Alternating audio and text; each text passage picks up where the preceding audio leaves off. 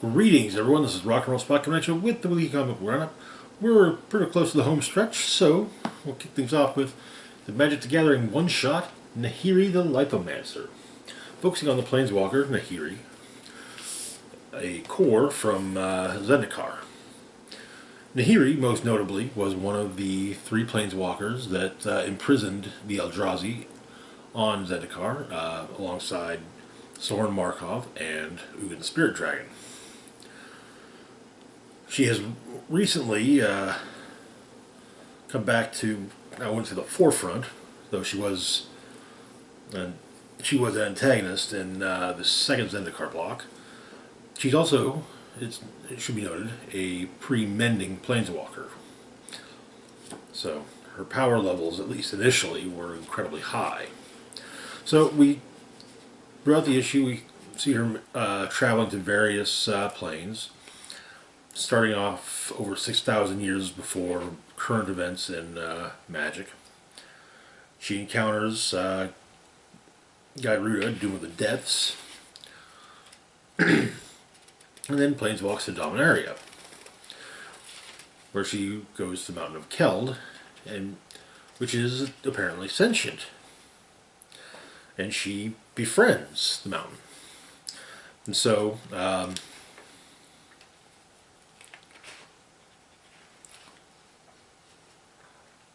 she travels to other planes. It kind of seems like she takes pebbles from other planes,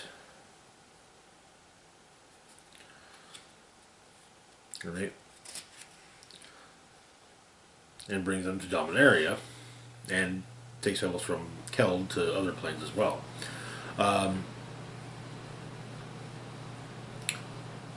Shortly after a few years after this, she saves a young core girl from a Narlid and befriends the girl as well as the girl's mother.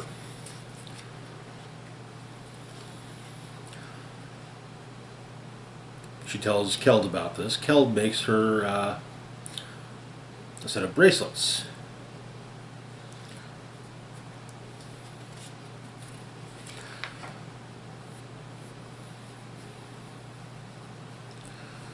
A couple of years after that,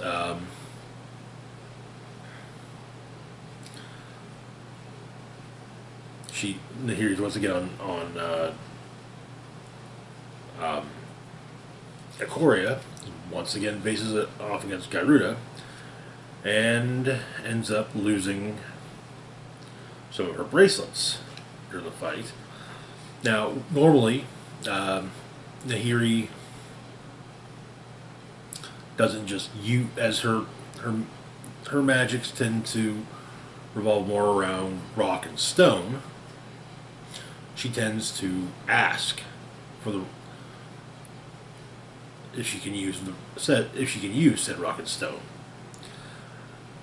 During this fight against Gyruda, she doesn't ask. She simply takes the rock she needs, and immediately thereafter goes to Dominaria and tells Keld what she's done. I want to make sure I get the timeline right on this.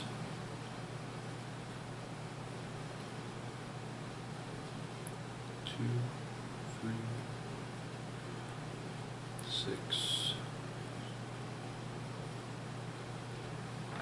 Okay. So it's been 9 years since she saved the young girl on Zendikar. But in her distress about what she's done,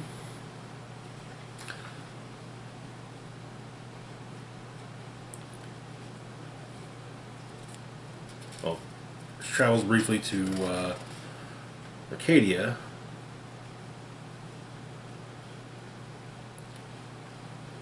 as well as Regatha, Eldraine, Innistrad, Exelon,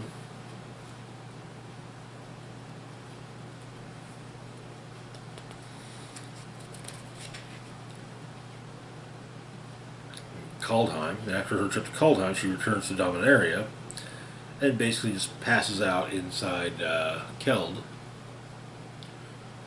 encased in stone. When she wakes up, she learns how much time has gone by and returns to Zendikar and learns that in the time she was gone, her friend and her friend's mother died.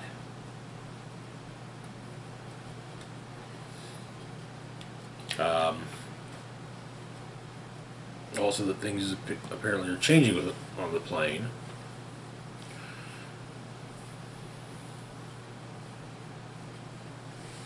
And she also becomes Zendikar's protector. 300 years later, she goes to speak with the mountain again.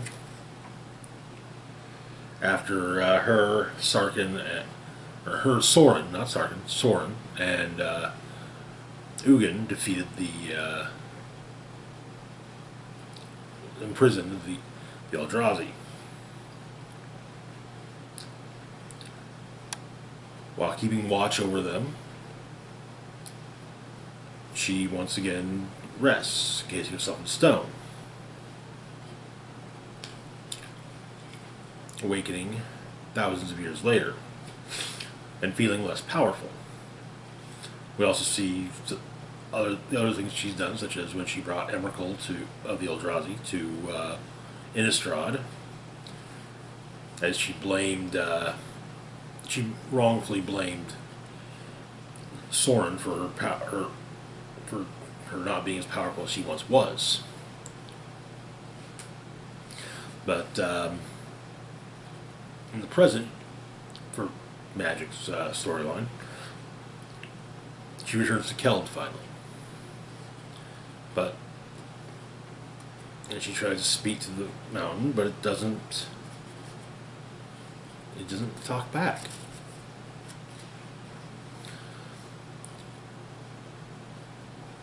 As the Keld had seen her approaching the mountain, they called for Teferi, the Time Mage, to look in on what was going on. And Teferi explains that no, Soren didn't do anything to you to lessen your power. There was a major catastrophe that was threatening the multiverse, and me and some others saved the multiverse, but it made it so that the spark works differently. So that now Nahiri can age, which makes Nahiri incredibly happy. But Rhaeda, the elvish warlord of Keld, comes to the mountain and meets Nahiri. And Nahiri tells Rhaeda of her past with the mountain. And it's decided that Nahiri is a friend of the mountain, she's an ally of the Keld.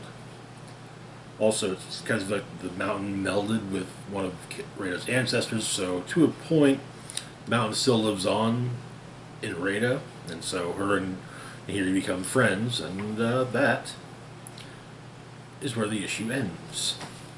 I really dug this. It's nice to get some background on Nahiri, even if that background will likely have no bearing on in-game storyline, as the comic is not exactly canon. There are, of course, some canonical things brought up, such as her part in imprisoning the Eldrazi, and her part in fucking up Innistrad. But anyway, moving on to our next book, we've got Strange number 8. So where we left off, the Harvestman was revealed to be Stephen Strange, who is now the Sorcerer Supreme of Death. And he was dealing with the revenants that the Blasphemy Cartel was sending out, as was the Sorcerer Supreme of Earth, Clea Strange, Stephen Strange's wife, widow. But so they decided they were going to work together to take down the Blasphemy Cartel. And Wong has also found an ally. Pandora Peters, former director of WAND, Wizardry, Alchemy, Necromancy Division of S.H.I.E.L.D. Turns out that 2 years previously at their At Juan's post-vital prison site, codenamed Big Box, something happened, and Director Peters needed to call in Doctor Strange. One of their task groups had been running a hypothetical scenario and became a little less than hypothetical. Basically, they were seeing what would happen if you turned computers operating on the blockchain into basically high-tech equivalents of Tibetan prayer wheels. And so the prisoners within Big Box, who are, it's basically a morgue, well, not so much a morgue, so much as a crypt for dead magical evildoers. But yeah, they all got back up as revenants. Strange utilizes the failsafe of Big Box and ends up transporting it to the Dark Dimension after destroying the revenants. And afterwards,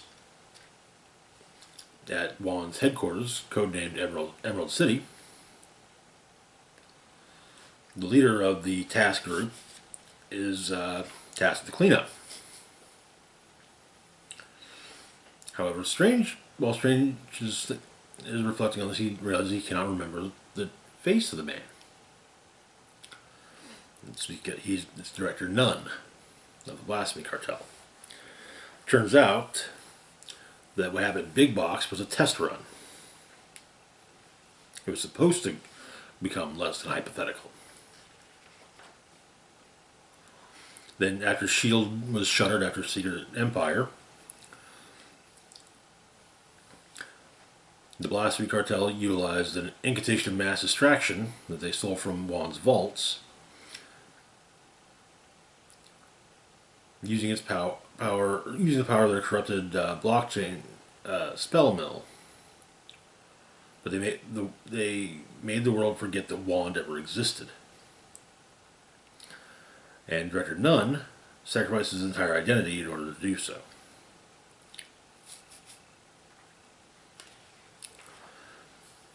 And they've been operating ever since then. Though Clea asks, how come Steven didn't notice this? But it's explained that they were utilizing failsafe plans and countermeasures for dealing with the Sorcerer Supreme. It's how to operate under the nose of the Sorcerer Supreme. They had plans for Doom, Baron Mordo, Jericho Drum, Brother Voodoo, Wanda Maximoff, Ileana Rasputin, Billy Kaplan, even Wong becoming Sorcerer Supreme. But they didn't have one for Clea.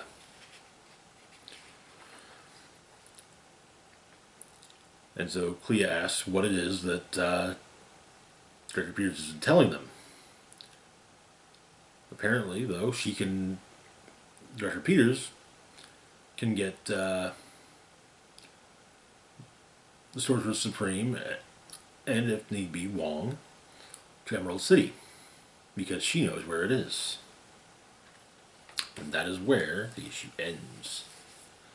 I'm loving what Jed McKay's doing in Strange. I actually really like the idea of the Blasphemy Cartel, and while I get the feeling that when the story wraps up, that's going to be the end of them, I hope it's not, or somehow it's not, because that's a fun concept. I'd love to see explored further through in Marvel Comics.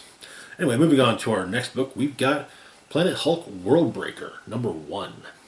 So Planet Hulk is, in my opinion, the best Hulk story that's ever been told. The Illuminati exiles Hulk into space, the idea being to send him to a pristine, uninhabited world where he's not going to hurt anyone if he loses control.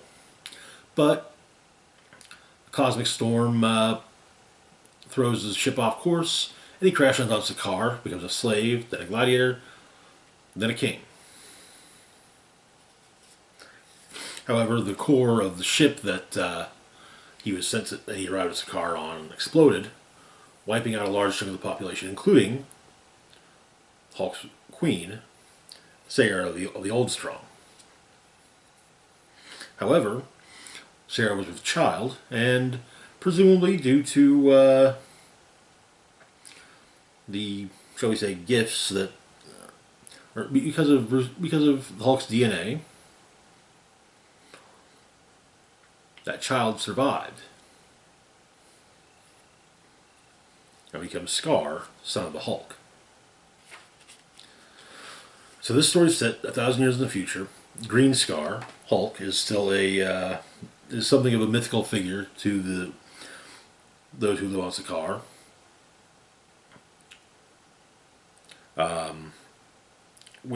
But by this point, there are people who wonder if he was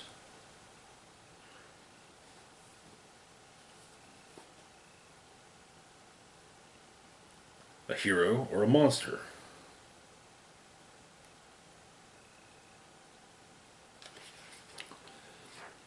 And it has become rather normalized to see him anymore as having been a monster. Since in the 1,000 years since he arrived on Sakaar, Shatter Earth, molten rivers, ashen skies, beast driven mad and murderous by unnatural change, alien vines entangling the golden fields of their ancestors, and green-skinned monsters roaming among us. That's what the guy states. Two of those green-skinned monsters hear all this and leave in an attempt to trying to not do so, not be obvious. But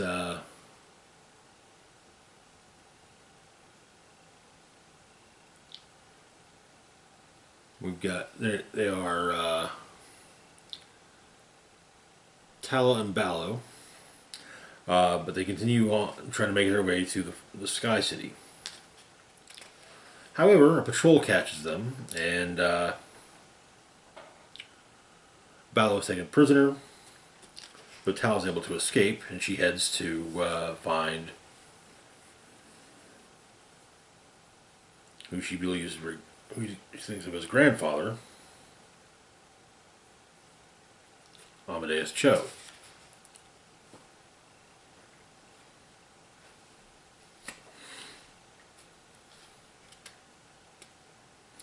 Amadeus nurses her back to health. Ballo tells him her tale, that the priestess stole her brother. But Amadeus has a means of finding him, and does so.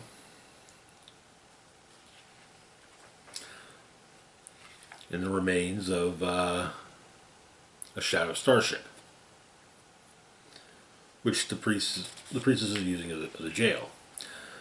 Among the guards are what basically appear to be sentinels that are optimized to take down Hulks. Figured by 1,000 years, Sentinel technology has probably made its way off Earth. But their weapons are designed to sap gamma energy from Hulks, so yeah. But Amadeus says that they need Banner, not Scar's son, but the Worldbreaker. We have a backup story focusing on Scar's son, Scar, son of the Hulk.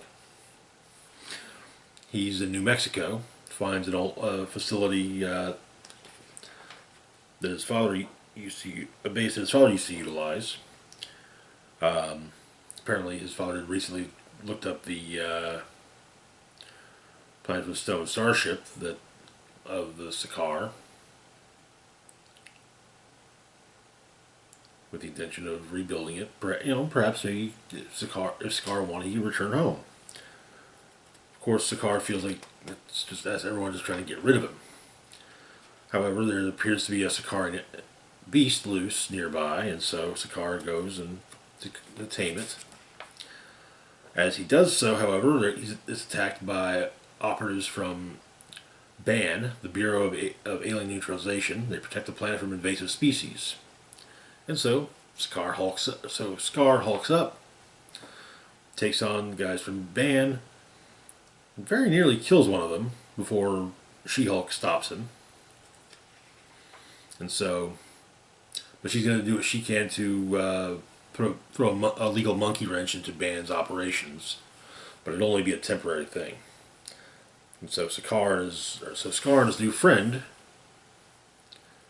continue on, and that is where the issue ends. Interesting starting point. I kind of hope we get more backup stories featuring Scar. Honestly, I think that's the first comic. This is the first comic I've ever read focusing that had any kind of focus on Scar. So, anyway, moving on to our last one for the moment, we've got Blue Beetle Graduation Day #1. So Jaime Reyes is the Blue Beetle ever since Infinite Crisis, when the Scarab embedded itself in his back. Since then, he's learned what the Scarab does, its origins, and he even fought off an alien race known as the Reach, who created the Scarab. So he's fighting a super criminal named Fadeaway, who keeps on managing to evade capture. Almost seems to have her, but she fades away. However, it's also the day for his high school graduation, so he books it across town, gets there missing the speech of one of his friends, who is his friend Brenda, who I'm guessing is the valedictorian, but he gets a message in his head from a member of the Reach. And he has to go and, well, investigate.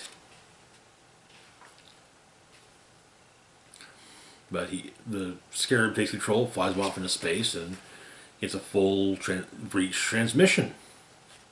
Can't understand what it says, and upon returning, he can't understand anything that the Scarab's saying either. But there's supposed to be a small get-together after his graduation at his house. His parents, his best friends. There's another guest there. Superman. So it turns out his friends are heading to college. He's not, but his friends are. But Superman does have some bad news for Jamie. He's basically grounded with the fact that Justice League is trying to decipher the Reach transmission, knowing that Blue Beetle that the Scarab is Reach technology. They think it's best to just keep him from getting involved, just in case the Scarab can be manipulated by the Reach.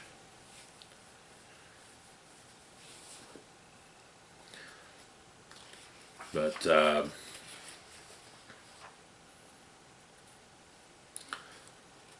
and Superman also imparts some life advice about finding one's place in the world. Batman's working on deciphering the message. They at least know it's an invasion plan, but that's about it. Furthermore, Jaime's parents basically kick him out, saying if he's not going to school, then he needs to work. So he'll be working with Aunt Gloria and Marisol for the summer at their diner.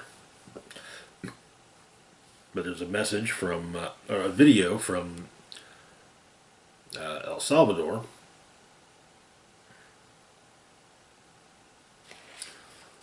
of a metahuman with an insect motif. Not sure if she's hero or villain, but we'll find out. And after seeing the video, Jaime's asked if it's anyone he knows. Fun start to things. I have fond memories of at least the first few issues from the post-Infinite Crisis Blue Beetle ongoing. I like the fact that the variant cover is drawn by that book's regular artist, Cully Hamner. But anyway, that is going to do it for now. As always, feel free to like, share, and subscribe. Links to my Facebook, Twitter, Patreon, and PayPal found in the description box down below. This is Rock and Roll Spock signing off saying, live long and rock hard.